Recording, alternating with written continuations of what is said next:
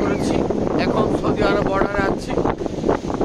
এখানে যে আরব সাগরটা দেখা যাচ্ছে সেটা হচ্ছে এক পাশে জর্ডান, এই পাহাড়ের অন্য পাশে জর্ডান এবং এই পাশে সৌদি আরব।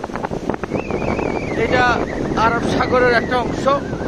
এখানে নীল পানি এবং সাগরের যে ঢেউ সেটা দেখার জন্য আপনাদেরকে ভোর আমরা 5টায় বর্ডার ক্রস করেছি জর্দান, কিন্তু ওখানে আমরা রাতের দৃশ্য ধারণ করতে পারি নাই।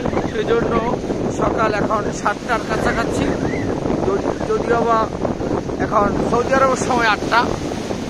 এখন এখানে তাপমাত্রা 8। এখানে খুব সুন্দরভাবে সৌদি আরবের বৈচিত্র্যটা লিখেছেন, রাতে খুব সুন্দর লাগে। আমরা আপনাদের দেখার চেষ্টা করছি।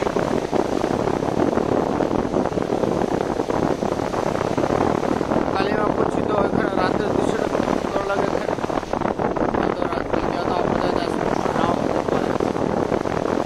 এই রাস্তা দিয়ে আমরা এসেছিলাম। এখন আমরা এখান থেকে আবার সৌদি আরবে প্রবেশ করছি। আসলে এই নীল পানি দেখে আপনাদেরকে একটু দেখানোর জন্য মূলত আসা। এখানে অনেক দর্শনার্থী আছে এবং বন্ধুরা আছে। এখন এখানে তাপমাত্রা 7-8-এর কাছাকাছি, খুব ঠান্ডা লাগছে। আমার চোখ দিয়ে পানি আসছে, কিন্তু আপনাদেরকে দেখানোর জন্য বা এই দৃশ্যগুলো দেখার জন্য এক পাশে খেজুর গাছ, অন্য পাশে সাগর এবং এই বালিময় পাহাড়ের মধ্যে আমাদের পথ পাড়ি দিয়ে, অনেক পথ পাড়ি দিয়ে আমরা আসলাম জর্দান থেকে। এই দৃশ্যটা দেখার জন্য এখানে অপেক্ষা করছি, কারণ আপনাদের কাছে সামনে এখানে খুবই মনোরম পরিবেশ আছে বসার জন্য।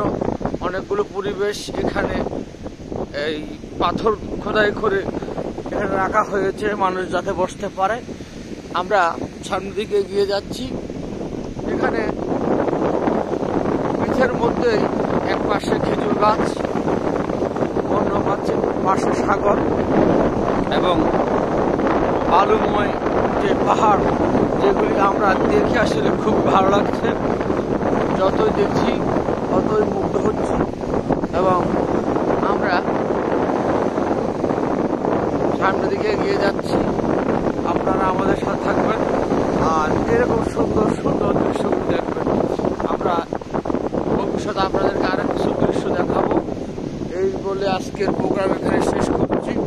আপনারা আমাদের সাথে থাকবেন এবং আমাদেরকে পরামর্শ দেবেন, আমরা যাতে আরো অনেকগুলো এরকম ভালো প্রোগ্রাম করতে পারি। আসসালামু আলাইকুম।